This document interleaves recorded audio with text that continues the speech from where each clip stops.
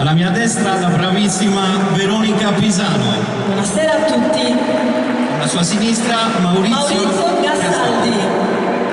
Allora, ora faremo un altro classico della musica, in questo caso un campidanese, Picciochedda Paesana, giusto?